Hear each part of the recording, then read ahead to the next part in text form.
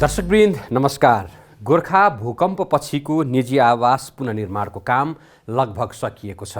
केही प्रतिशत मात्र बाँकी रहेको काममध्ये जोखिमयुक्त परिवारहरूको घर, केही सम्पदा बस्तीका घर, केही सहरी घरहरू र केही प्रबलीकरणका घरहरू पुनर्निर्माण गर्नुपर्नेछ। राष्ट्रिय पुनर्निर्माण प्राधिकरण पनि आफ्नो थपिएको समयावधिभित्र यी कामहरू सम्पन्न गर्न प्रतिबद्ध भएर लागेको छ। साथै निजी आवास पुनर्निर्माणको बाँकी कामको जिम्मेवारी हस्तान्तरणको मोडालिटी तयार गरी कार्यान्वयन प्रक्रियामा समेत प्राधिकरण अघि बढिरहेको छ। यतिबेला निजी आवास पुनर्निर्माणको काम तीव्र रूपले सक्ने अठोटका साथ अघि बढेको प्राधिकरणलाई विभिन्न सहयोगी संस्थाहरूले साथ दिइरहेका छन्। आज हामी पुनर्निर्माणमा बाँकी रहेका जोखिमयुक्त परिवारको घर सम्पन्न गर्न पुनर्निर्माण प्राधिकरण कसरी लागेको छ र त्यसमा कुन कुन सङ्घ संस्थाले कसरी साथ दिइरहेका छन् भन्ने विषय प्रस्तुत गर्दैछौँ।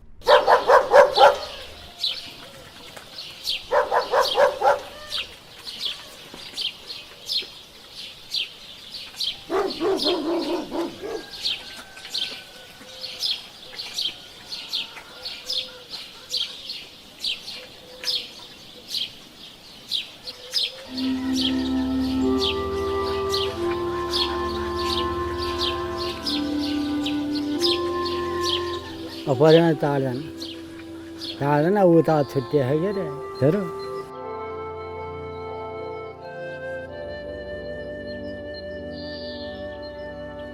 मानो छुट्टिएको आउँछ देखाइन यहीँ खायो मै काम गर्नु पर्छ। यस्तै आउँदो मान्छे भयो नि मैले काम गर्नु पऱ्यो के आयो यस्तै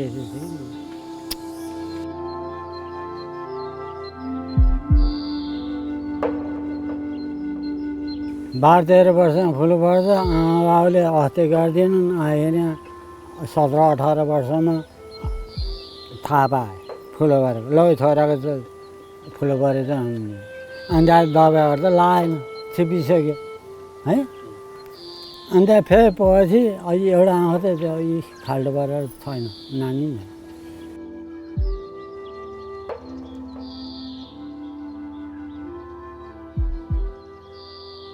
छोरी यिनी यता सबै काँडा थियो। यो अलिअलि यो बुझ्थ्यो यो पनि के आमाबाले भनेको टेर्दैन ऊ पनि अचगल्टी फेरि हो नि आफैदेखि फुल गरेर एउटा मेलेलामा त किचेकै मोरेर एकैचोटि रासन निकाल्नु पाए हुन्थ्यो भने है म यही हो भन्ने। छोरो हो राम्रो मुखले कहिल्यै गर्दैन। त्यही माथि आँखाको लाइमा चल्का खान्छ यहाँ भोलि फुल दिए फेरि लैदिए बाबुहरूले नानीहरूले आफू झिकै फाल्ने भने गाउँहरूकाले नफाल्नु है आमा भाउ नानी आफू नफाल्नु भने आफू फाल्नेले बोलाएर दाउराले आफू फाल्न दिएनन्। मसित लाने मलाई लाने मान्छे आँखा फाल्न दिएन। ए आँखाको जानकारी यति भइरहेको छ।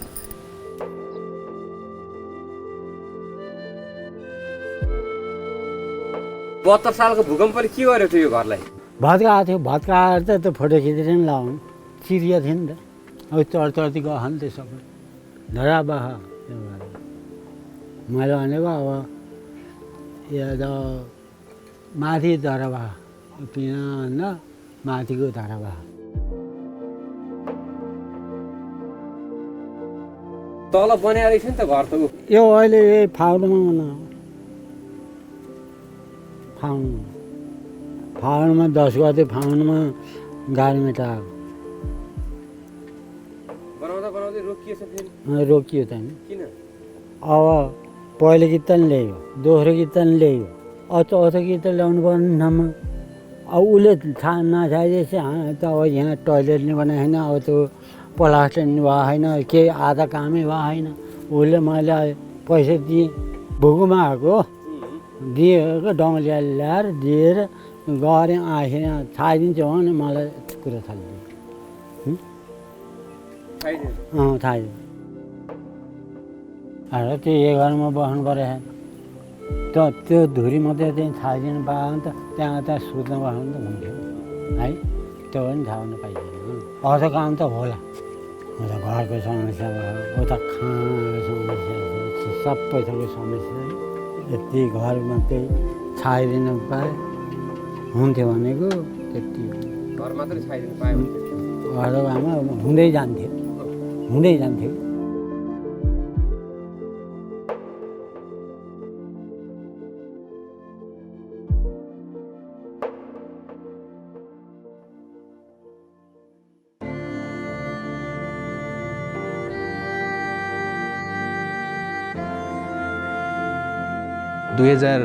मा नेपालमा चाहिँ भूकम्प गएर ठुलो जनधनको क्षति भयो।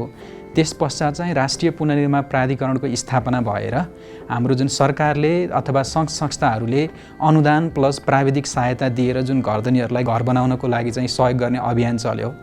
त्यो अभियान चलेको पनि यो 6 वर्ष बितिसक्दा पनि केही घरधनीहरू त्यस्ता हुनुहुन्छ जसले चाहेर पनि अझैसम्म घर बनाउन सक्नुभएको छैन। हाम्रो बुझाइ के रह्यो भन्दा हालसम्म पनि आवश्यक हुँदाहुँदै पनि घर बनाउन नसक्ने चाहिँ लाभग्राहीहरू भनेको जोखिमयुक्त लाभग्राहीहरू नै हो।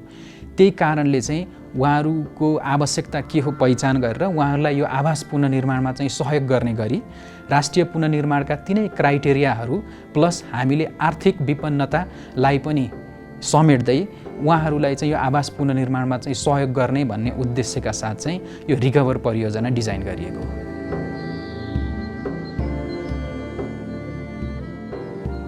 जोखिम वर्ग त हुनुहुन्छ नै हैन, जोखिम भएको कारणले गर्दाखेरि उहाँहरू घर निर्माण गर्न सक्नु भएन। तर जोखिम भए तापनि त्यसका अरू कारणहरू के छन्, जस्तो वित्तीय कारणहरू हुन सक्छन्, उहाँहरूको पारिवारिक कारणहरू हुन सक्छन्, त्यसै गरी उहाँहरूको जुन शारीरिक कारणहरू पनि हुन सक्छन्। त्यो हामीले पहिचान गर्न नसकेको अवस्थामा चाहिँ CRS नामक संस्थाले त्यसको पहिचान, त्यसको विस्तृतीकरण र प्रमाणीकरण जुन कार्य गरिरहेको छ त्यसबाट हामीलाई एउटा महत्त्वपूर्ण यो पुनर्निर्माणको काममा आवास निर्माण हुन नसक्नुका कारणहरू के छन् भन्ने हिसाबले पनि हामीलाई त्यो महत्त्वपूर्ण छ। सँगसँगै जोखिम वर्ग जो आफैले अनुदान रकम प्राप्तिको सुनिश्चितता भए तापनि आफैले घर निर्माण कार्य गर्न सक्दैनन्, त्यस्ता वर्गका लाभग्राहीहरूका लागि उहाँहरूको लागि घरै बनाइदिनु अथवा थप प्राविधिक सहयोग, आर्थिक सहयोग गर्नु चाहिँ एउटा महत्त्वपूर्ण हिस्साको रूपमा आउँछ। यो रिकभर परियोजनाको चाहिँ क्लस्टर 1 भनेर चाहिँ हामीले तनहु, लमजुङ र कास्की जिल्लालाई लिन्छौँ र हाम्रो यो कास्की जिल्ला अन्तर्गत रूपा र मादी गाउँपालिका, त्यसपछि लमजुङमा चाहिँ हाम्रो दोर्दी, दुधपोखरी गाउँपालिका र सुन्दरबजार नगरपालिका रहेको छ भने तनहुमा चाहिँ भानु नगरपालिका, ब्यास नगरपालिका र हाम्रो म्याग्दी गाउँपालिकाहरू चाहिँ क्लस्टर 1 अन्तर्गत पर्छन्। क्लस्टर 2 मा चाहिँ 2वटा जिल्लामा चाहिँ हामी समेटेका छौँ। एउटा भनेको चाहिँ मकवानपुर, अर्को चाहिँ चितवन हो। मकवानपुरबाट हाम्रो 5वटा गाउँपालिकाहरू छन्, त्यसमा भीमफेदी, राक्सिराङ, मनहरी, मकवानपुरगढी र बकैया छन् भने चितवनमा चाहिँ इच्छाकामना गाउँपालिका भयो र राप्ती नगरपालिका गरेर हाम्रो 6वटा गाउँपालिका र एउटा नगरपालिका गरेर 7वटा एरिया चाहिँ छ। 2वटा क्लस्टरमा हजुरले क्लस्टर 1 र क्लस्टर 2 मा गरेर जम्मा टार्गेट हाम्रो 4000 टार्गेट हो। सेल्टरमा चाहिँ सेल्टर सपोर्ट भनेर, बाँकी भनेको लाइभलीहुड अन्तर्गत पनि छन्, त्यसमा चाहिँ त्यो 4000 प्लस अर्को 2000 गरेर चाहिँ 6000 टार्गेट हो।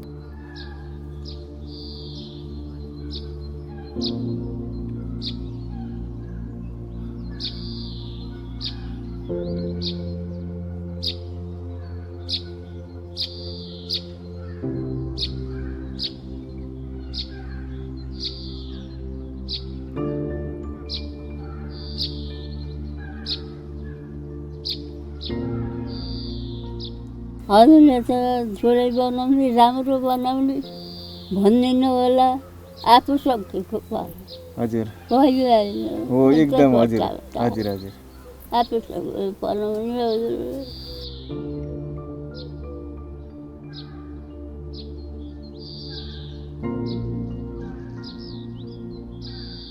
हजुरआमा 80 भन्दा माथि हुनुभयो, हजुर पनि त्यही 80-85। तपाईँको यो पाखो पनि यो भित्तो छ उतापट्टि गएको छ, माथिको यतापट्टि आएको छ। ल पानी चुइने त्यस्तो समस्या त भत्किसक्छ। 22 वर्ष अगाडि चाहिँ उता घर बनाएर हामी उता बस्यौँ। उता बसेपछि हजुरआमा चाहिँ बस्न मान्नु भएन। हामी पहिल्यैदेखि आफूले जोडेको थलोमा हामी यहीँ गुजारा गऱ्यो यत्र वर्ष, अब मर्नु बेलासम्म पनि यहीँ बस्छौँ भन्ने उहाँले भन्नुभयो त्यसो। अनि हामीले चाहिँ अब यताउति नपुगेको रासन पानीहरू त्यो चाहिँ सके गरेर हजुरबा हजुरआमाले ल्याउनुहुन्छ, नत्र हामीले हेर्छौँ। पहिलो किस्ता लिनुभयो, अब आर्थिक अवस्थाको कारणले चाहिँ बनेन सर घर। सिआरएस भन्ने संस्था आउनुभएको रहेछ, उहाँहरूले चाहिँ हामी सहयोग गर्छौँ, घर निर्माण गर्न नसकेको घरीमा हामी सहयोग गर्छौँ सर भन्नुभयो। अनि उहाँहरूकै आशमा चाहिँ हामीले घर निर्माण हुन्छ कि भन्ने आश लागेको छ सर। उहाँहरूलाई धेरै धेरै धन्यवाद, उहाँहरूले सहयोग गर्छु भन्नुभयो, त्यहाँनिर आएछ अहिले। तीन मुटो धरेको थियो, त्यो नातिले अस्ति बनाऊ पुरै कम्प्लिट बनाइदिन्छु भन्नुभएको छ। हामी जति लागेपछि पनि 2 कोठाको घर 10x12 अथवा कतिको हुन्छ पुरा कम्प्लिट गराइदिन्छु भन्नुभएको छ। हजुरबालाई पनि भनेको थिएँ मैले, हजुरआमालाई पनि भनेको छु, खुसी भन्नुभएको छ। अब नयाँ घर बनियो, भूकम्प पैसा आउँदैन, घर बनाउन सकिएन, आर्थिक अवस्थाले गर्दा अब घर बनियो भनेर खुसी हुनुभएको छ। सबै खुसी हुनुभएको छ, यहाँ जो जसको घर बन्नी छ उहाँहरू चाहिँ संस्थालाई भेटाउँदा फेरि धेरै खुसी हुनुभएको छ। अति जोखिम वर्गमा पर्ने र हालसम्म पनि पुनर्निर्माण सुरु गर्न नसक्नु भएको लाभग्राहीहरूलाई हामीले पूर्ण पुनर्निर्माण भनेको हामीले कम्प्लिट एउटा घर बनाएर एनआरएल नै डिजाइन गरेको 2 कोठे एउटा भवन बनाएर हस्तान्तरण गर्ने भन्ने योजना रहेको छ। त्यसपछि मध्यम जोखिम र कम जोखिम अन्तर्गत पर्ने लाभग्राहीहरूलाई हामीले सरकारले तोकेको सिलिङबाट नबढ्ने गरी उहाँहरूको आवश्यकता के हो, आवश्यकता पहिचान गरेर उहाँहरूलाई निर्माण सामग्री पनि हुनसक्छ, त्यसपछि ढुवानीको सेवा पनि हुनसक्छ, त्योसँगै ज्यामीहरू उपलब्ध गराउने काम पनि हुनसक्छ र प्राविधिक सहायता सबैजनाले पाइ नै हाल्नुहुन्छ। त्यसको साथसाथै हामीले थप रकम अनुदानको रूपमा चाहिँ राष्ट्रिय पुनर्निर्माण प्राधिकरणले उपलब्ध गराउने भन्दा थप रकम पनि सहयोग गर्ने भन्ने चाहिँ कार्यक्रम रहेको छ। पहिलो दोस्रो तेस्रो किस्ता लिन सक्नु भएको थिएन, जसले घर कम्प्लिट गर्नु भएको थिएन, त्यसको नेम लिस्ट चाहिँ हामीले जिमालीबाट लियौँ, जिल्लाकै जिमालीबाट लियौँ र त्यो केस लोडको आधारमा उहाँले दिनुभएको नेम लिस्टकै आधारमा हामीले एक लेभलको हरेक गाउँपालिकासँग चाहिँ कोअर्डिनेट गऱ्यौँ र गाउँपालिकासँग चाहिँ हाम्रो कार्यक्रमको बारेमा जानकारी दिने र कस्तो छ समस्या उहाँहरूको बुझ्ने गरी हिसाबले त्यो नेम लिस्टहरू उहाँलाई सब्मिट गऱ्यौँ र त्यस पश्चात चाहिँ हामीले एसेसमेन्ट गर्नको लागि चाहिँ हामीले उहाँहरूसँगकै समन्वयमा लोकल भोलिन्टियर्सहरू हायर गऱ्यौँ र उहाँहरूलाई चाहिँ ट्रेनिङ गऱ्यौँ। ट्रेनिङ दिइसकेपछि चाहिँ लगभग हरेक ओडाबाट 1 जना अथवा 2 जनाको दरले केस लोडको आधारमा चाहिँ उहाँलाई ट्रेन गरिसकेपछि चाहिँ उहाँहरू चाहिँ डेटा कलेक्सनमा हामीले फिल्डमा पठाएका छौँ र अहिले पनि हामी त्यही डेटा कलेक्सनकै प्रोसेसमा लगभग अन्तिम चरणमा चाहिँ आइपुगेका छौँ।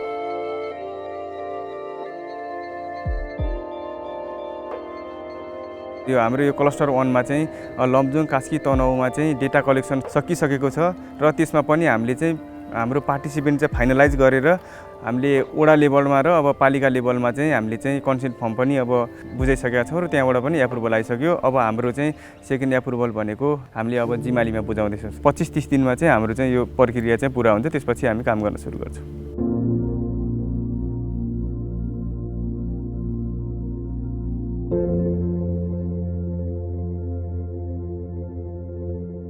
रिङै दलन थियो क्या पहाडी खिचुवा कति तले यही तले नै हो। घरम घुरुम गयो त्यहाँ अर्का घर बस्यो।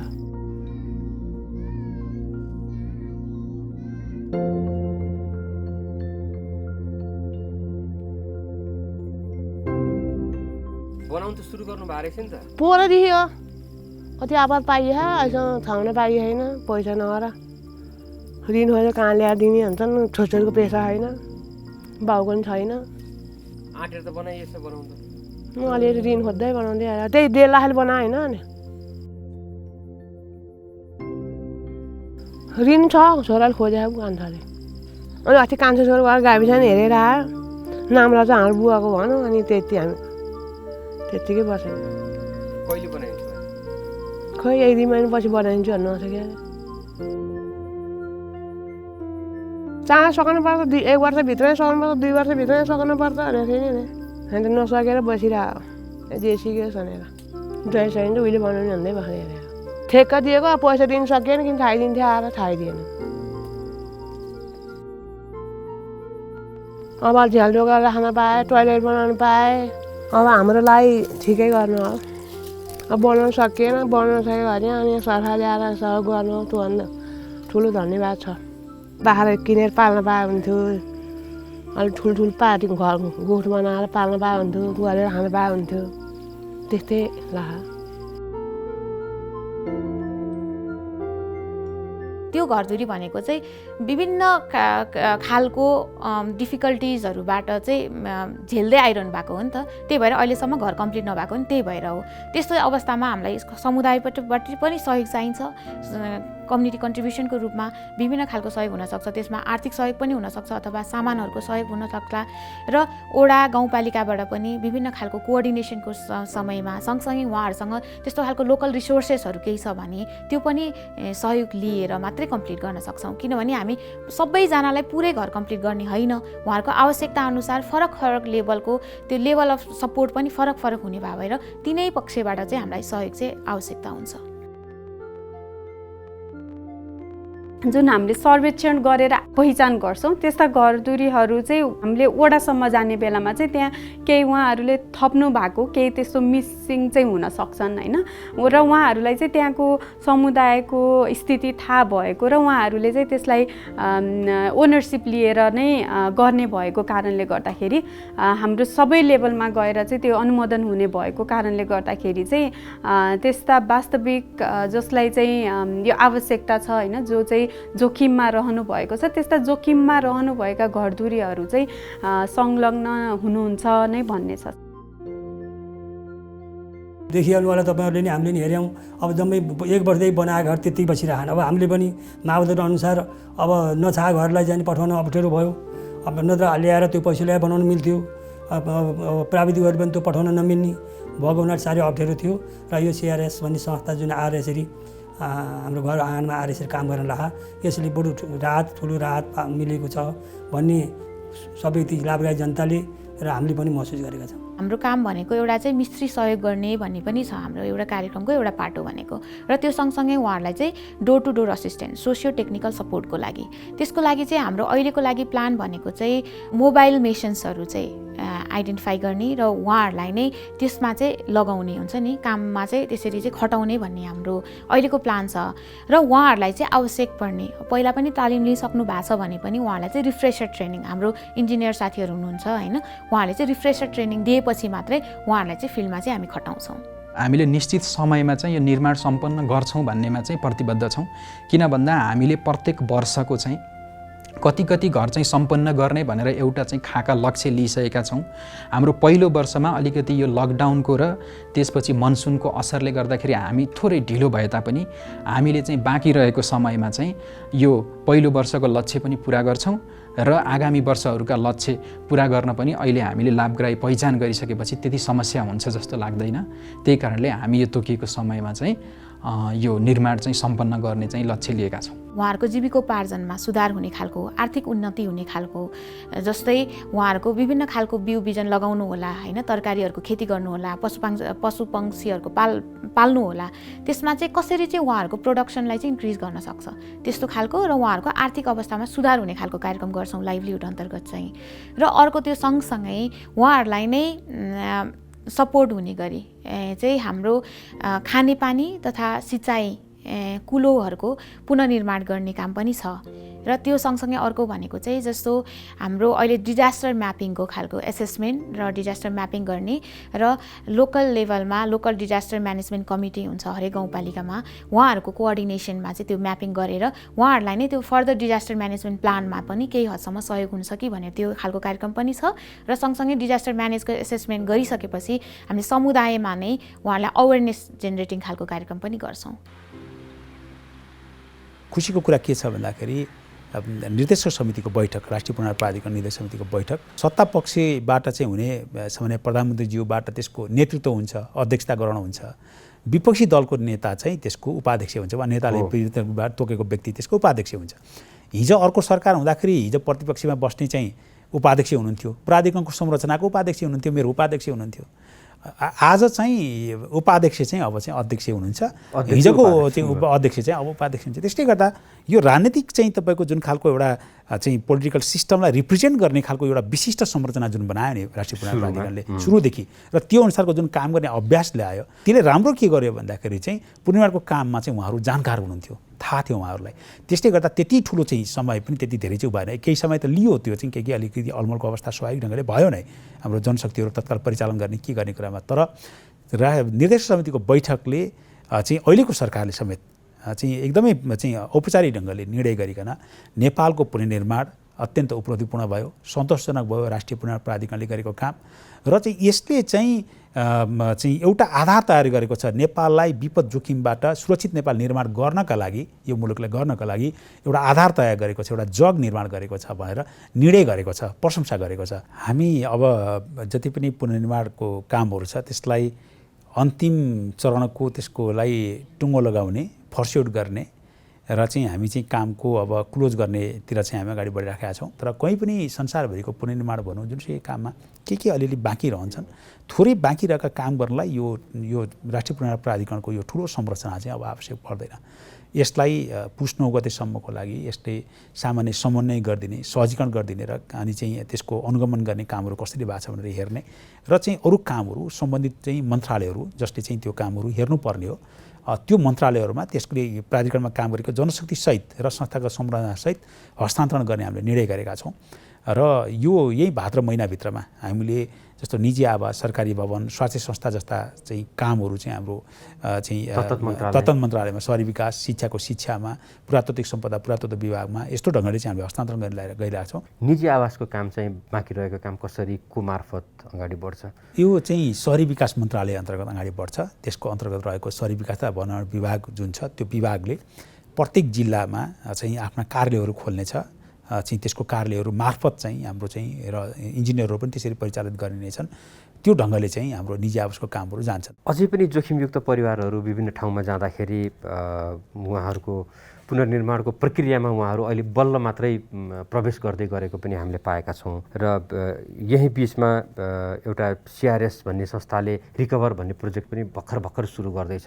जोखिमयुक्त परिवारको पुनर्निर्माणको विषयको संवेदनशीलता कति आवश्यक छ, कति महत्त्वपूर्ण छ र यो कार्यक्रमको आवश्यकता चाहिँ कति महत्त्वपूर्ण छ यो अन्तिम समयमा आएर? यो वास्तवमा धेरै महत्त्वपूर्ण छ, किनकि जोखिमयुक्त परिवार जो चाहिँ विपन्न परिवार छ, जो गरिब परिवार छ, जसले अहिलेसम्म घर बनाउन सकेका छैन, उसको लागि त विशेष सहयोग दिएर हामीले चाहिँ टुङ्गोमा पुर्याउनु पऱ्यो नि, एकदमै आवश्यक छ। त्यसले गर्दा राष्ट्रिय पुनर्निर्माण प्राधिकरणले अहिले भने शहरी विकास मन्त्रालय वा शहरी विकास विभागबाट यो चाहिँ निजी आवासको पुनर्निर्माणको कामहरूलाई समन्वय सञ्चालन गर्दाखेरि राष्ट्रिय पुनर्निर्माण प्राधिकरणले यो समग्र कुरा समन्वय गर्छ र यसको ध्यान चाहिँ कहाँनिर हुन्छ भने यी विपन्न वर्गका परिवारहरूले घर बनाउन पाएकै पाएनन्, उनीहरूलाई चाहिँ हामीले दिने भनेको सेवा चाहिँ सहयोगहरू चाहिँ प्राप्त हुन सक्ने स्थिति भएकै भएन। यो चाहिँ 5-6 महिनाको अवधिभित्रमा चाहिँ 4-5 महिनाको अवधिभित्र हामी यो कुरालाई सुनिश्चित गर्न चाहन्छौँ। यस्ता साझा संस्थाहरू जसले चाहिँ अब यो चाहिँ अन्तिम रूपमा चाहिँ यो लाभ्राहरूको घर बन्ने कुरालाई सुनिश्चित गरेर जानुपर्नेछ, उहाँहरूले अब चाहिँ छिटोभन्दा छिटो यो राष्ट्रिय पुनर्निर्माण प्राधिकरणका अवधि छँदाखेरि नै सम्भव भएसम्म त्यो भित्रै चाहिँ काम गर्ने गरिकन जनताको बिचमा, समुदायको बिचमा र विशेष गरेर चाहिँ स्थानीय जनप्रतिनिधि र चाहिँ हाम्रो स्थानीय तहका चाहिँ तपाईँको चाहिँ नगरपालिका गाउँपालिकाहरूसँग चाहिँ समन्वय गरिकन, वडा कार्यालयहरूसँग समन्वय गरिकन वास्तविक चाहिँ तपाईँको पीडितहरू जो चाहिँ छुटेका छन् अहिले पनि र चाहिँ साँच्चीकै चाहिँ तपाईँको गरिब छन्, विपन्न परिवार छ, उहाँहरूलाई चाहिँ विशेष ध्यान दिइकन चाहिँ घर बन्ने कुराको सुनिश्चित गर्नलाई चाहिँ अत्यन्त गम्भीर हिसाबले लाग्न जरुरी छ। सबै ढङ्गले चाहिँ केन्द्रित भएर लाग्न जरुरी छ र चाहिँ कहीँ कतै अप्ठ्यारो पऱ्यो भनेदेखि राष्ट्रिय पुनर्निर्माण प्राधिकरणले त्यसलाई सबै कुरामा सहजीकरण गर्छ। किनकि हामी यो कुरा टुङ्गो लगाउन चाहन्छौँ, त्यो कुराको चाहिँ मलाई लाग्छ अहिले चाहिँ झन् त्यो सान्दर्भिकता र सहयोगको चाहिँ जुन आवश्यकता छ त्यो झन् बढेर गएको छ।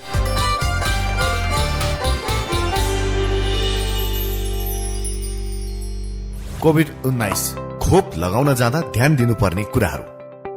खोप लगाउन जाँदा जिल्ला स्वास्थ्य कार्यालय वा पालिकाले निकालेको खोप केन्द्रका सूचना हेर्ने वा सम्पर्क गरेर मात्र जाने। आफ्नो नाम, उमेर र ठेगाना खुल्ने सरकारी परिचय पत्र वा वडाको सिफारिस लिएर जाने। नाक, मुख र चिउँडो पुरै छोपिने गरी मास्क लगाउने। सम्भव भएमा छोटो बाहुला भएको र अलि खुकुलो कपडा लगाउने। खोप लगाउन लाइन बस्दा कम्तीमा 2 मिटरको भौतिक दूरी कायम राख्ने। खोप केन्द्रको हात धुने ठाउँमा खोप लगाउनुभन्दा पहिले र पछि साबुन पानीले मिची मिची हात धुने, खोप लगाउने बेलामा पनि मास्क लगाइराख्ने, खोप लगाएपछि आधा घण्टा जति खोप केन्द्रमै बस्नुपर्ने हुन्छ, सो समयमा 2 मिटरको दूरी कायम गर्ने, सम्भव भएसम्म सेनिटाइजर साथमै बोक्ने र कुनै पनि सतह छुने बित्तिकै हात सफा गर्ने, घर फर्किएपछि साबुन पानीले राम्ररी हात धुने। याद गर्नुहोस्, खोप लगाउन जाँदा आफ्नो परिचय खुल्ने सरकारी परिचय पत्र वा वडाको सिफारिस र पहिला खोप लगाउनु भएको भए खोप कार्ड सँगै बोकेर लान नबिर्सनुहोस्। नेपाल सरकार स्वास्थ्य तथा जनसंख्या मन्त्रालय, राष्ट्रिय स्वास्थ्य शिक्षा, सूचना तथा संचार केन्द्र।